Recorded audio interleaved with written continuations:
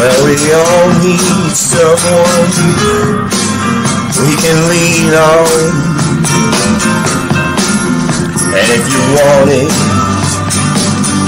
you can lean on me. Yeah, we all need someone we can lean on. And if you want it, yeah, you can lean on me. She said my breast, they always will be open. Baby, you can rest your weary head right on me. There will always be a space in my parking lot when you need a little coke and sympathy. Yeah, we all need someone we can dream on. And if you want it, baby, you can dream on me. Yeah, we all need someone we can dream on. And if you want to, you can dream on me. I was dreaming of a steel guitar engagement when you drunk my health instead of jasmine tea. But you knifed me in my dirty, filthy basement, baby. That jaded, faded, junkie nurse, what a pleasant company. Well, we all need someone we can be on. And if you want it, baby, you can beat on me. Take my love, take my ring, take my anything you want, take my head. Don't take my head now, baby, no. Yeah, we all need someone we can bleed on. And if you want it, baby, you can bleed on me. Yeah, we all need someone we can bleed on. And if you want it, baby, you can bleed on me. You want it, baby, you can bleed on me. You want it, baby, you can bleed on me. Someone to bleed on. And you can bleed on me. Bleed it alright, baby. Bleed it alright. Bleed it alright. Just let it bleed all over me. Bleed it alright, baby. Let it bleed. Just let it bleed, baby. Let it bleed. Pontius Pilate, he cried, the gods be praised who have permitted me to see you once again. The old man gave a signal to the slaves to stop and cast a keen glance upon the stranger who had addressed him. Pontius, my dear host, resumed the latter, have 20 years so far whitened my hair and hollowed my cheeks that you no longer recognize your friend Aelius Lamia? At this point, Pontius Pilate dismounted the litter, and as actively as the weight of his years and the heaviness of his gait permitted him, and embraced Aelius Lamia again and again. Gods, what a treat it is to me to see you once more. But alas, you call up memories of those long vanished days when I was procurator of the Judea in the province of Syria. Why, it must be 30 years ago that I first met you. I was at Caesarea, whither you come to drag out your weary term of exile. I was fortunate enough to alleviate a little, and out of friendship, you followed me to that depressing place, Jerusalem, where the Jews filled me with bitterness and disgust. You remained for more than 10 years my guest and my companion, and in converse about Rome and things Roman, we both of us managed to find consolation. You for your misfortunes, and I for my burdens of the state. Lemia embraced him afresh. You were preparing to suppress a Samaritan rising when I a Samaritan rising when I set out for Cappadocia, where I hoped to draw some profit from the breeding of horses and mules. I have not seen you since then. How did that expedition succeed? Pray tell me. Everything interests me that concerns you in any way. Pontius Pilate sadly shook his head. My natural disposition, he said, as well as a sense of duty, impelled me to fulfill my public responsibilities, not merely with diligence, but even with ardor. But I was pursued by unrelenting hatred. Intrigues and calumnies cut short my career in its prime, and the fruit it should have looked to bear has withered away. You asked me about this Samaritan insurrection. Well, let us sit down on this hillock, and I shall be able to give you an answer in a few words. These occurrences are as vividly presented to me as if they had happened yesterday.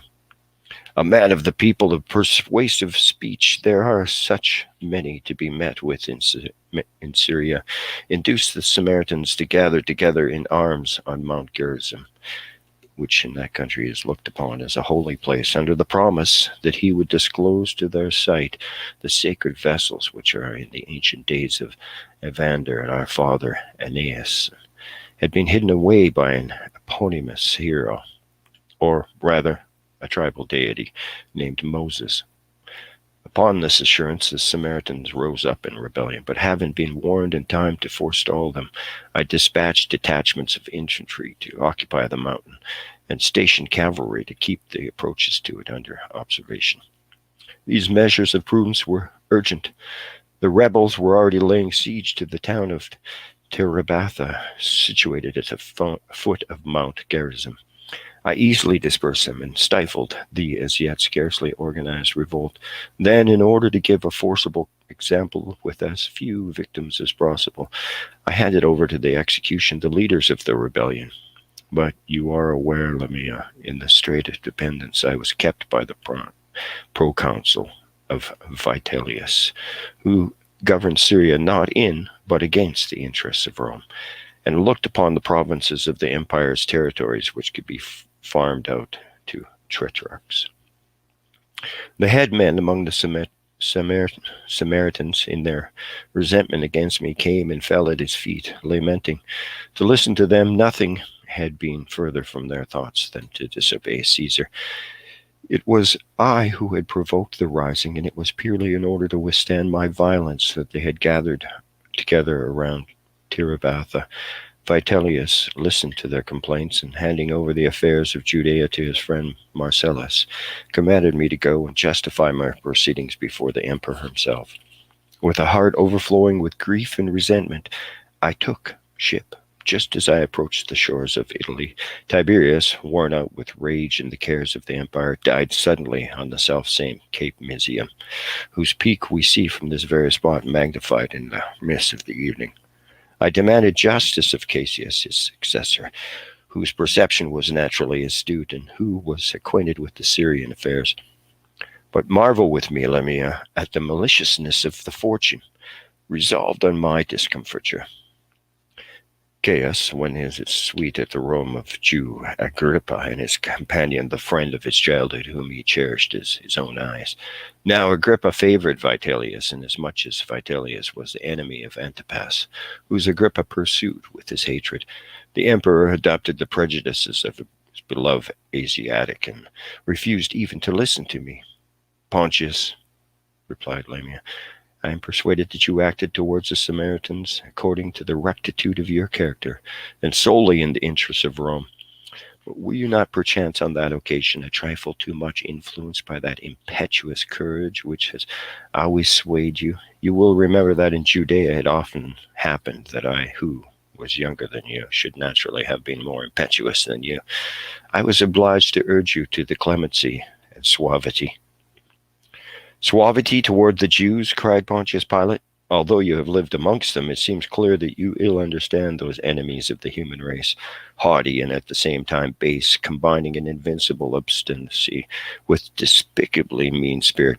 They weary alike your love and your hatred. My character, Lamea, was formed upon the maxims of the divine Augustus.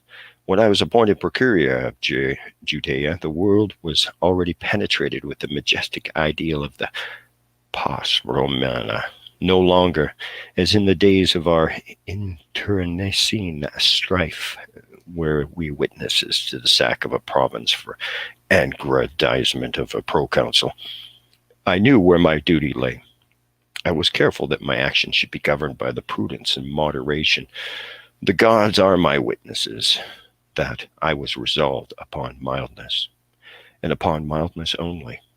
Before the immortal gods, I swear that never once during my term of office did I flout justice and the laws. But I am grown old. My enemies and my detractors are dead. I shall die unavenged. Who will not retrieve my character? He moaned and lapsed into silence. Lamia replied, that man is prudent, who neither hopes nor fears anything from the uncertain events of the future. Does it matter in the least what estimate men may form of us hereafter? We ourselves are, after all, our own witnesses and our own judges. You must rely, Pontius Pilate, on the testimony you yourself bear to your own rectitude. Be content with your personal respect and that of your friends. We'll say no more at present, says Pontius. I must hasten on. Adieu. But now that I have rediscovered a friend, I should wish to take advantage of my good fortune. Do me the favor, alias Lamea, to give me your company at supper at my house tomorrow. My house stands on the seashore at the extreme of the town, and the direction of Mycenium. You will easily recognize it by the porch which bears a painting representing Orpheus surrounded by tigers and lions, whom he is charming with the strains from his lyre. Till tomorrow, Lamia, he repeated, as he climbed once more into his litter. Tomorrow we will talk about Judea. The following day, at the supper hour, Lamia presented himself at the house of Pontius Pilate. 2 couches were in readiness for the occupants. As they proceeded with their repast, Pontius and Lamia interchanged inquiries with one another about their ailments, the symptoms of which they described at considerable length, mutually emulous and communicating the various remedies for which they had been recommended to them. After a time, they turned to the subject of the great engineering feats that had been accomplished in the country, the prodigious bridge constructed by Caius between Puteoli and Baia, and the canals which Augustus excavated to convey the waters of the ocean to Lake Avernus and the Lucrine Lake. I also, said Pontius with a sigh, I also wished to set afoot public works of great utility. When, for my sins, I was appointed governor of Judea, I conceived the idea of furnishing Jerusalem with an abundant supply of pure water by means of an aqueduct. But far from viewing with satisfaction the construction of that conduit, which was intended to carry their own town upon its massive arches not only water, but health, the inhabitants of Jerusalem gave vent to lamentable outcries. They gathered tumultuously together, exclaiming against the sacrilege and impiousness, and hurling themselves upon the workmen, scattered the very foundation stones. Can you picture to yourself, Lamea, a filthier set of barbarians? Nevertheless, Vitellius decided in their favor, and I received orders to put a stop to the work. It is a knotty point, said Lamea, how far one is justified in devising things for the commonwealth against the will of the population. Pontius Pilate continued as though he had not heard this interruption. I was appointed by Rome not for the destruction, but for the upholding of their customs, and over them I had the power of the rod and the axe. At the outset of my term of office, I endeavored to persuade them to hear reason. I attempted to snatch their miserable victims from death, but this show of mildness only irritated them more. They demanded their prey, fighting among me like a horde of vultures with wing and beak. Their priests reported to Caesar that I was violating their law, and their appeals, supported by Vitellius, drawn upon me a severe reprimand. How many times did I long, as the Greeks used to say, to dispatch accusers and the accused in one convoy to the crows? LeMay exerted himself to lead conversation back to the less acrimonious note. Pontius, he said, it is not difficult for me to understand both your long-standing resentment and your sinister forebodings. Truly, what you have experienced of the character of the Jews is nothing to their advantage. But I lived in Jerusalem as an interested onlooker and mingled freely with the people, and I succeeded in detecting certain obscure virtues in these rude folk, which were altogether hidden from you. I have met Jews who were all mildness, and whose simple manners and faithfulness of heart recalled to me that our poets have related concerning the Spartan lawgiver. And you yourself, Pontius, have seen perish beneath the cudgels of your legionnaires simple-minded men who have died for a cause because they believed to be just without revealing their names. Such men do not deserve our contempt. I am saying this because it is desirable in all things to preserve moderation and an even mind. But I own that I never experienced any lively sympathy for the Jews. The Jewess, on the contrary, I found extremely pleasing. I was young then, and the Syrian women stirred all of my senses to response. Their ruddy lips, their liquid eyes that shone in the shade, and their sleepy gaze pierced me to the very marrow. Painted and stained, smelling the nard and myrrh, steeped in odors, their physical attractions are both rare and delightful. Pontius listened impatiently to these praises. I was not the kind of man to fall into the snares of Jewish women, he said, and since you have opened the subject yourself, Lamea, I was never able to approve of your laxity. If I did not express with sufficient emphasis formerly how culpable I held for you having intrigued at Rome with the wife of a man of consular rank, it was because you were then enduring heavy penance for your misdoings. Marriage in the patrician point of view is a sacred tie. It is one of the institutions which are the support of Rome. As to foreign women and slaves, such relations as may one enter into with them would be of little account, were it not that they habituate the body to a humiliating effeminacy. Let me tell you that you have been too liberal in your offerings to the Venus of the marketplace. And what above all I blame in you is that you have not married in compliance with the law and given children to the Republic, as every good citizen is bound to do. But the man who had suffered exile under Tiberius was no longer listening to the venerable magistrate. Having tossed his cup of Falernian, he was smiling at some image visible to his eye alone. And after a moment's silence, he resumed in a very deep voice, which rose in pitch by little and little. With that languorous grace they dance, those Syrian women. I knew a Jewess at Jerusalem who used to dance in a poky little room on a threadbare carpet by the light of one smoky little lamp, waving her arms as she clanged her cymbals, her loins arched and her head thrown back as if it were dragged down by the weight of her heavy red hair, her eyes swimming with voluptuousness, eager, languishing, compliant. She would have made Cleopatra herself grow pale with envy. I was in love with her barbaric dances, her voice, a little raucous and yet so sweet, her atmosphere of incense, and the semi-solemn state in which she seemed to live. I followed her everywhere. I mixed with the vile rabble of soldiers, conjurers, and extortioners to which she was surrounded. One day, however, she disappeared, and I saw her no more. Long did I seek her in disreputable alleys and taverns. It was more difficult to learn to do without her than to lose the taste for Greek wine. Some months after I lost sight of her, I learned by chance that she had attached herself to a small company of men and women who were followers of a young Galilean Thermotricus. His name was Jesus. And he came from Nazareth, and he was crucified for some crime. I don't quite know what, Pontius. Do you remember anything about that man? Pontius Pilate contracted his brows, and his hand rose to his forehead in the attitude of one who probes the depths of his memory. Then, after a silence of some seconds, he replied, Jesus,